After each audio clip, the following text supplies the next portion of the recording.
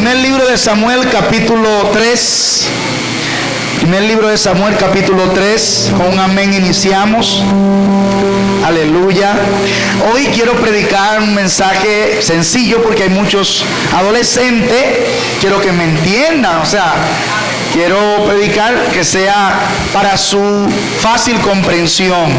Gloria a Dios. Así que los que están sintonizándonos en el Facebook Live, cuando me vean predicar, ¿qué es lo que le pasa al varón? Que lo noto, te sabe, lo noto sencillo, porque la gente cuando te sabe que de una vez le bombean ese mensaje muy sencillo, pero es que le estoy predicando a los niños, adolescentes, a los adultos también, pero más para ellos porque es su congreso. Amén. Susana, le quiero. Gloria a Dios. Vamos a leer en el nombre de Jesús. Primer libro de Samuel dice, capítulo 3. El joven Samuel ministraba a Jehová en presencia de Elí, y la palabra de Jehová se escaseaba en aquellos días. No había visión con frecuencia. Y aconteció un día que estando Elí acostado en su aposento, cuando sus ojos comenzaban a oscurecerse, de modo que no podía ver, Samuel estaba durmiendo en el templo de Jehová, donde estaba el arca de Dios, antes que la lámpara de Dios fuese apagada. Jehová llamó a Samuel y él respondió, heme aquí. Y corriendo luego a Elí dijo, heme aquí, ¿para qué me llamas? Y Elí dijo, yo no te he llamado, vuelve y acuéstate. Y él se volvió y se acostó. Siéntese.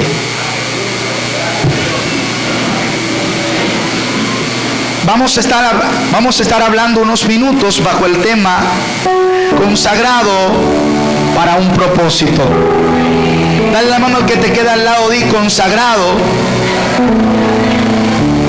Consagrado con un propósito. Dale un aplauso al Señor. Gloria a Dios. Como modo de introducción, quiero narrarle un poquito la vida de Samuel. ¿Qué fue de la vida de Samuel? Bueno, Samuel era hijo de una mujer llamada Ana, gloria a Jesús, y su esposo Elcana. Esta mujer era una mujer estéril, una mujer que no podía tener hijo, una mujer, gloria a Dios, que tenía un problema de infertilidad. Esta compartía a su esposo con otra mujer llamada Penina. Esta sí le dio hijo al esposo de Ana, gloria a Dios, porque en ese tiempo se compartían, gloria a Dios, esposo, y aquella otra mujer pudo tener hijo y compartieron, gloria a Dios, y vivían juntos los tres, pero esta mujer la humillaba porque Ana no había podido tener hijo. Así que ella, en un momento determinado, en el momento en el que le tocaba ir al templo a adorar a Dios y a ofrecer sacrificio, ella le pidió a Dios que le diera un hijo. Aleluya. Ella se derrama delante de la presencia de Dios diciéndole, yo necesito un hijo. Aleluya. Pero el propósito del hijo que ella quería era para ella dedicárselo a Dios. Esto es interesante porque ella le está pidiendo un hijo. Oiga bien, le está pidiendo un hijo a Dios, pero el hijo que ella le está pidiendo a Dios no es para ella quedarse con él, sino para luego ella entregárselo a Dios para que éste fuera santificado, consagrado para el servicio en el templo. Gloria a Dios. Oiga bien, hermano, Dios valora esto porque esta mujer tiene un corazón totalmente desprendido, porque ella, aleluya, está pidiendo un hijo que no tiene, y que ella necesita para poder sentirse mujer. Aleluya. Porque la otra mujer de su esposo sí tiene hijo, pero el hijo que ella le está pidiendo a Dios no es un hijo para deleitar a su esposo, sino para deleitar a Dios. interesante, y a los padres que están aquí, gloria a Dios, qué bueno cuando nosotros podemos solicitarle, podemos pedirle a Dios, aleluya, que nos dé hijos, y que esos hijos entonces nosotros podamos dárselo a Dios. Mire, hay muchas personas que no son cristianas y le dedican sus hijos al Señor. De hecho, hay muchos de los niños que están acá que sus padres no son cristianos. Pero qué interesante es a aquellos padres que están acá, que sus hijos no son cristianos, que usted desde temprana edad le dedique sus hijos a Dios, gloria a Dios, desde muy temprana edad que usted le dedique sus hijos a Dios, que usted entienda que los hijos que usted tiene no son suyos, sino son de Dios. Esto fue lo que hizo Ana, y dice la palabra del Señor que Ana concibió, dio a luz a este niño llamado Samuel, y ella entonces lo dedica al templo, se lo entrega a la familia sacerdotal dirigida por Elí en este momento. La palabra de Dios declara en el capítulo 2, desde el mismo capítulo 1, capítulo 2, dice que Samuel iba creciendo en sabiduría, en gracia. Este muchacho fue alcanzando conocimiento. Él se interesó por el sacerdocio, él le interesó, gloria a Jesús, este oficio, y empezó a trabajar en el templo, y empezó a servir a Dios en el templo a su temprana edad, así como los niños y los adolescentes que tomaron oportunidad anteriormente, gloria a Dios. A temprana edad Samuel empezó a ministrar en el templo.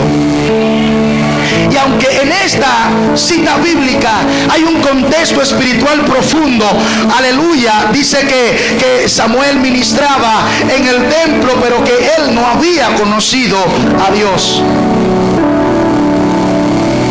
Hay un contexto espiritual profundo ahí, pero me voy a ir a otra interpretación.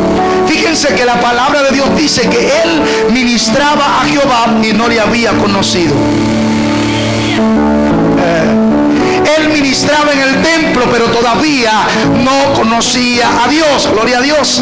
Y esto es interesante porque a veces nosotros limitamos a los niños y a los adolescentes porque quizás no han tenido un encuentro tan directo con Dios como nosotros. De hecho, muchas veces, aleluya, lo excluimos porque no han tenido el encuentro que nosotros hemos tenido, o que no han vivido espiritualmente lo que nosotros no hemos vivido, y lo excluimos, gloria a Jesús, aleluya. Pero la palabra de Dios dice que los hijos de Elí hacían algo que a Dios no le gustaba, o mejor dicho, hacían tantas cosas que a Dios no le gustaba, que Dios decidió, aleluya, quitar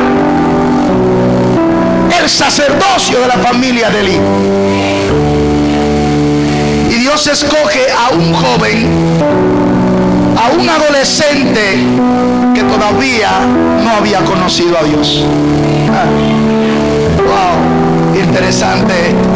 ¿Cómo es posible que Dios desecha a una familia que desde generación en generación habían sido sacerdotes, y Dios escoge a alguien, gloria a Dios, que no conocía a Jehová, que no tenía ese encuentro, que no pertenecía a la familia literal de Elí, gloria a Jesús, que no era hijo de Elí? Como Dios lo escoge, porque Dios hace lo que quiere, con quien quiere, cuando quiere. Y a veces nosotros somos muy prestos, aleluya, a acusar, a señalar, oh gloria a Dios, y a veces separamos y excluimos a los adolescentes, a los niños que tenemos en nuestras casas, porque no tienen el conocimiento, porque no tienen la revelación, porque no tienen la vivencia que nosotros como líderes o como cristianos hemos tenido. Pero esas son la gente que Dios mantiene ahí para que en el momento determinado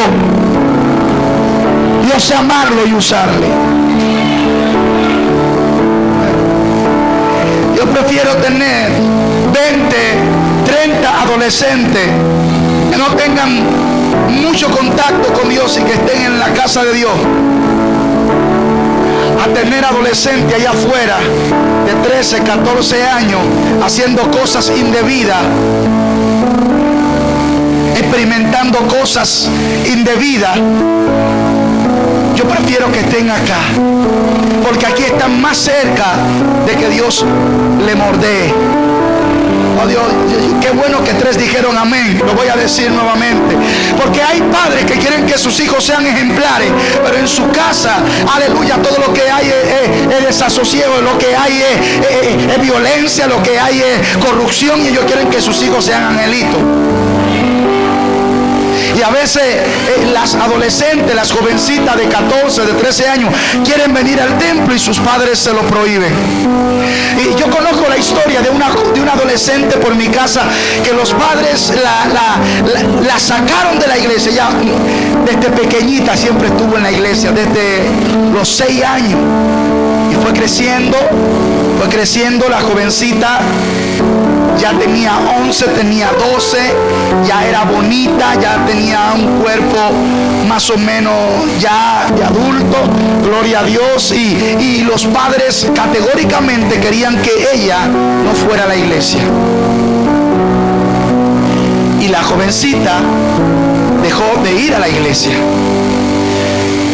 Pero en 2 años que dejó de ir a la iglesia, en 2 años dejó el bachiller, salió embarazada, y lamentablemente, así como usted lo oye, a los 15 años dejó la escuela y salió embarazada. En un momento cuando uno de los padres le estaba exigiendo y le estaba amonestando por la vida que estaba llevando, aleluya, era una vida desastrosa. Alguien cercano a la familia me contó que la jovencita, en un momento de ira, le dijo: tú no me puedes reclamar nada, porque en el lugar donde yo estuve siempre, yo nunca vi esto, y tú me sacaste de ese lugar.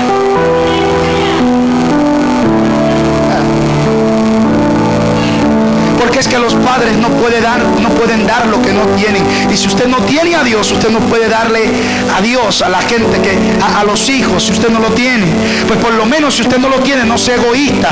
Deje que la iglesia se lo forme, deje que la iglesia se lo desarrolle, deje que la iglesia lo ayude a tener un encuentro con Dios. Deje que la iglesia, aunque haga pique, aunque haga rabieta en su casa, en su hogar, gloria a Dios, no le diga que no es cristiano. Motívelo a que venga al templo, motívelo a que venga a la iglesia, aunque de vez en cuando, aleluya, se pongan rebeldes. Pero si todavía con toda y su rebeldía quieren venir al templo, motívelo, ayúdelo, gloria a Jesús, porque esa persona, ese joven, ese niño será el talento de mañana. Y interesante, porque los que sí tenían el compromiso espiritual estaban haciendo lo incorrecto, pero el que no era descendiente de Elí, me llama la atención 2 cosas.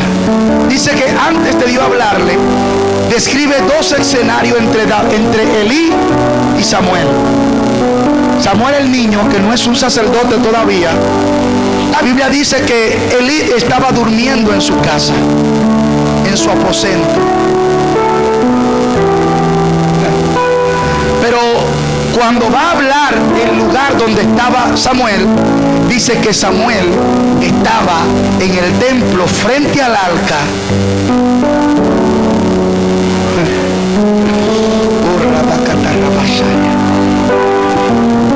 Yo lo voy a repetir para que usted me entienda. Él no había conocido a Dios, pero estaba en el lugar correcto donde se debe conocer. Lo voy a repetir. Él no había conocido a Dios, pero estaba delante del arca, esperando el día en el que Dios se le revelara. Dice la palabra del Señor que entonces Dios le habló y le dijo: Samuel, y él dijo: heme aquí. De la única forma que Dios te va a señalar es que esté en el lugar correcto, gloria a Jesús. De la única forma que Dios te va a hablar es que esté en la casa de Dios, frente a la presencia de Dios. Yo he escuchado gente que han escuchado la voz de Dios, aleluya, en una discoteca, en un cabaret, gloria a Dios por ellos. Pero eso es de 100.001. No crea que Dios anda hablando en una discoteca y en un cabaret, no. Yo he escuchado 1, 2 testimonios de gente que dice: y yo estaba en una discoteca con una borrachera y Dios me habló. Bueno, gloria a Dios, pero no crea que Dios lo hace todo el tiempo. El lugar predilecto para Dios hablar, aleluya, es cerca donde Él está. Y por eso fue que Dios le habló a Samuel y no le habló a Elí, porque Elí estaba en su cama, en su habitación, en la casa que él había construido, aleluya, envuelto en sus quehaceres como humano, mientras que el joven Samuel no estaba, aleluya, en su casa con su mamá. Él estaba en el lugar donde su madre le dijo que tenía que estar, en la casa de Dios, aleluya. Por eso dice la Biblia que David dijo: yo me alegré con lo que decían a la casa de Jehová.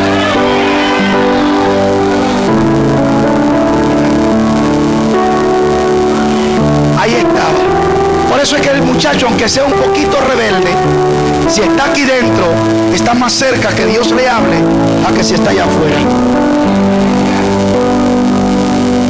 A que si está allá afuera, hermano. ¿Por qué? Porque está en la presencia de Dios. Y dice la palabra del Señor que Samuel estaba delante del arca. ¿Qué era lo que pasaba con Elí? ¿No era Elí un hombre de Dios? Claro que sí. Pero la Biblia dice que Elí se había envejecido. Estaba viejo. Aquí lo que la Biblia está presentando son dos generaciones. Está presentando una generación emergente, encabezada o encarnada por Samuel, y una generación decreciente, una generación caduca. Es la generación de Elí. A veces nosotros no entendemos que muchas de las cosas que nosotros hacemos y haremos, debemos pensar en la generación que viene detrás. Impactar a la generación que viene detrás. Miren, hermano, para mí como predicador es una honra más que predicarle a un escenario repleto de profetas, de pastores, de superministros. ¿Sabe por qué? Porque esa generación ya está alcanzando lo que Dios diseñó y determinó para ellos. Pero cuando adolescentes de 11, de 12 años me extienden una invitación para que yo le ministre, algo tuvo que haber pasado en alguno de los momentos que yo vine aquí, aleluya, que ellos fueron impactados para, ¡ay, Dios mío!